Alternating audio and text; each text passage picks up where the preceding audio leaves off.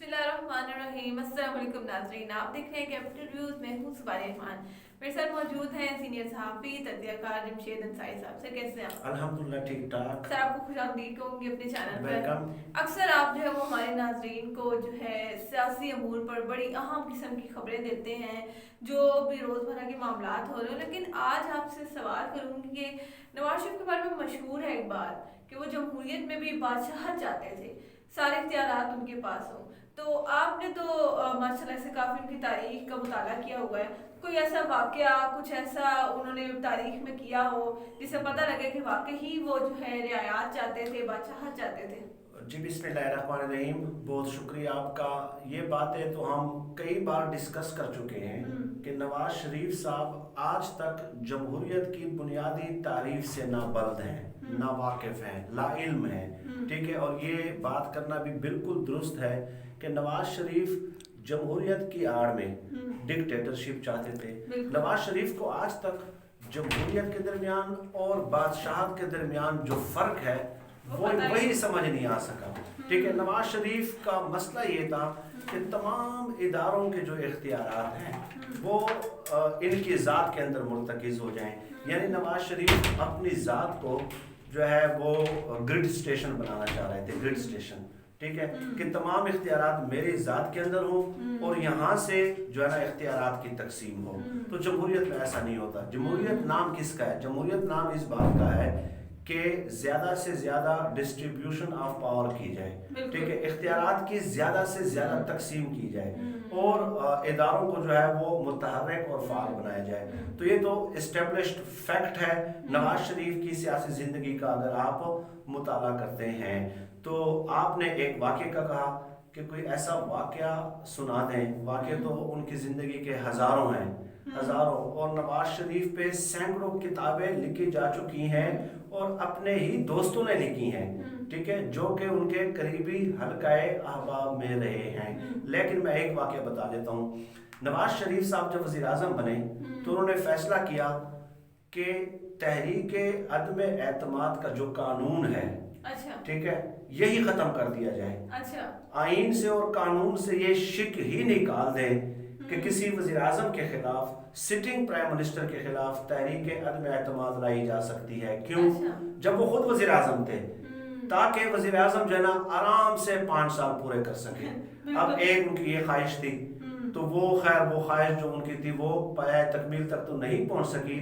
उसके बाद उन्होंने कहा कि 15th अमेंडमेंट यानी कि 15वीं आईनी तरमीम, जब वो वज़ीर आज़म बने थे, तमाम पार्टी की जो लीडरशिप थी, जो सीनियर रहनुमा थे, उनको कतार में बिठाया कि इस तरमीम पे काम करें।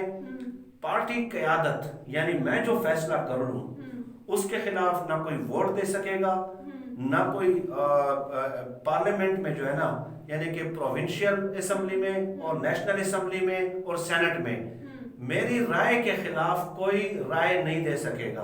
अच्छा। और ना ही कोई वोट दे सकेगा। ये था 15वीं तरमीम। ठीक है, तो पार्टी रहनुमाओं की जिम्मेदारी लगा दी।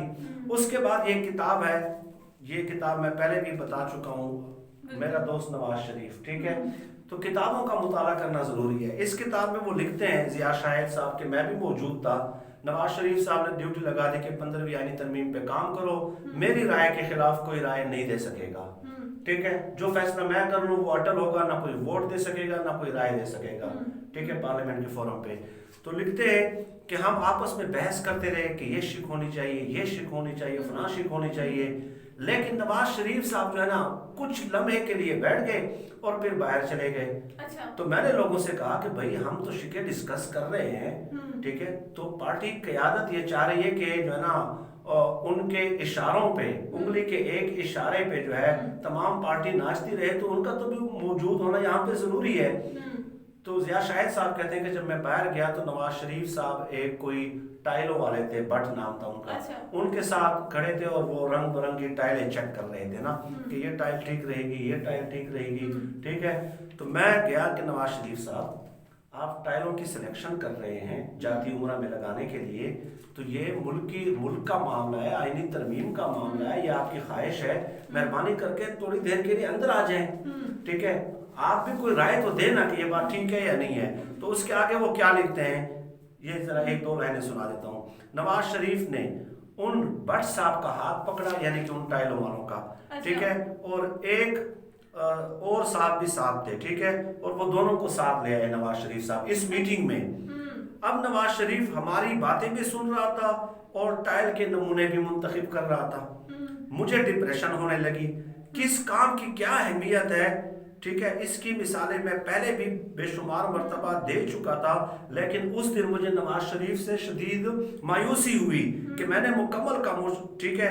फिर कहते हैं कि कुछ सीनियर अरकान मुशावरत की गुफ्तगू के दौरान भी जब टाइलों की कटाकट जारी रही तो मुझसे रहा ना गया, यानी हम तजावीज़ दे रहे थे और टाइलें कटाकट उसकी जारी थी, नवाज शरीफ साहब वो सिलेक्ट कर रहे थे। मैंने नवाज शरीफ की बजाय उन भट्ट साहब को मुखातिब किया और कहा, भाई साहब हमें सिर्फ आधा घंटा दे दें, हम जल्दी बात मुकम्मल कर लेंगे। नवाज शरीफ पार्टी लीडर है, उसकी रजामंदी के बगैर कोई काम नहीं हो सकता। नवाज शरीफ ने मेज पर रखी हुई कुछ टाइलें उठाई और कहा, मैं गाइडलाइन दे चुका हूँ, उन्हीं गाइडलाइन की जो है तनाजुर में आप जो ये आईनी तरमीम है वो तैयार कर लें। उसके बाद ये कहते हैं कि नवाज शरीफ साहब ने कहा कि रायबेंड में जाती उम्रा में काम रुका पड़ा है और आपको ये फिक्र लगी हुई है कि मैं आपके साथ यहाँ पे बैठ जाऊँ। तो ये कहते हुए जो है ना कायद आज़म का जानशीन और पाकिस्तान मुस्लिम लीग नून के सरबराह टाइलें उठाकर और भट्ट साहब को साथ लेकर कमरे से बाहर चले गए। ये बताइए, आपने कहा ना कि वो बादशाह चाहते थे, इस कदर वो तवज्जो देते थे, यानी कि जाती उम्रा की जो टाइलें हैं वो ज्यादा अहम है मुल्की मामलात से, रियासती मामलात से, आईनी मामलात से, कानूनी मामलात से। एक सवाल ठीक है, तो इस किस्म के वाक़े आपने अच्छा एक इनिशिएटिव लिया है कि इस किस्म के वाक़यात का आप तस्करा करती हैं। लेटेस्ट डेवलपमेंट्स के हवाले से तो हम रोज़ाना की बुनियाद पे बात करते हैं, तो उनकी ज़िंदगी के वो पहलू भी लोगों के सामने आने चाहिए ताकि लोगों को ये क्लियर हो कि हमारी नवाज शरीफ के साथ क्या दुश्मनी है यार। अब हमें इमरान खान साहब ने क्या देना है। इमरान खान साहब जब अपोजिशन में थे, यकीन करें कम से कम ना हो 200 बार मुलाकातें हो चुकी होंगी मेरी, 200 बार, ठीक है। हम इंटरव्यूज के लिए जाते थे ना, मैंने डिफरेंट टीवी चैनल्स में काम किया है, तो उनका जो स्टाफ होता था उनके रिक्वेस्ट कर करके मैं उनसे चाय मंगवाता था, ठीक है। इमरान खान साहब की तो ये आदत थी ना उस वक्त भी, तो इमरान खान साहब के बारे में ये मशहूर है, तो वो हमें क्या देंगे, ठीक है। तो हमारा जो इख्तिलाफ होता है वो असूलों की बुनियाद पे होता है भाई। सर एक और चीज नाज़रीन को बता दीजिएगा, जो आपने वाकया भी सुना, इससे पहले कहा कि नवाज शरीफ चाहते थे कि तहरीक अदम एतमाद की जो शिक है वही खत्म हो जाए। पीटीएम ने तो ये भी तजवीज पेश की थी कि वज़ीर-ए-आज़म के खिलाफ तहरीक अदम एतमाद पेश कर। तो यही तो बात है ना, जब ये वज़ीर-ए-आज़म होते हैं ना, इख्तियार में होते हैं, ठीक है, फिर ये तमाम तर वही कवानीन पास करते हैं जो जिनके अल्टीमेट बेनिफिशियरी ये खुद बने, ठीक है। अब जो मुल्की मामलात, इमरान खान साहब कह रहे हैं कि ओपन बैलेट के जरिए होने चाहिए, तो ये कहते हैं नहीं जी, और जब ये अपोजिशन में होते हैं तो फिर वही मुतालबात करते हैं कि ओपन बैलेट के जरिए जो है ना सेनेट के इंतखाबात होने चाहिए। तो जब ये हुकूमत में होते हैं तो ऐसी कवानीन साजी की जाती है कि जिन कवानीन की वजह से उनके इख्तियारात में इजाफा होता है। आपने सुना नाज़रीन कि किस तरह से नवाज शरीफ की अगर तारीख का मुताला किया तो ऐसे कई वाक़यात मिलते हैं जिससे पता लगता है कि वो मुल्की मामलात में जो है वो कितनी तवज्जो देते हैं, उनको रायबंड से कितना लगाव होता है। एक वाक़या भी अंसारी साहब ने आपके सामने रखा, इस तरह की मज़ीद जो है वो तारीख आपके सामने रखेंगे। वीडियो पसंद आई हो तो लाइक कीजिएगा और चैनल को सब्सक्राइब कीजिएगा। कमेंट्स में इस हवाले से अपनी राय के साथ ज़रूर कीजिएगा। शुक्रिया।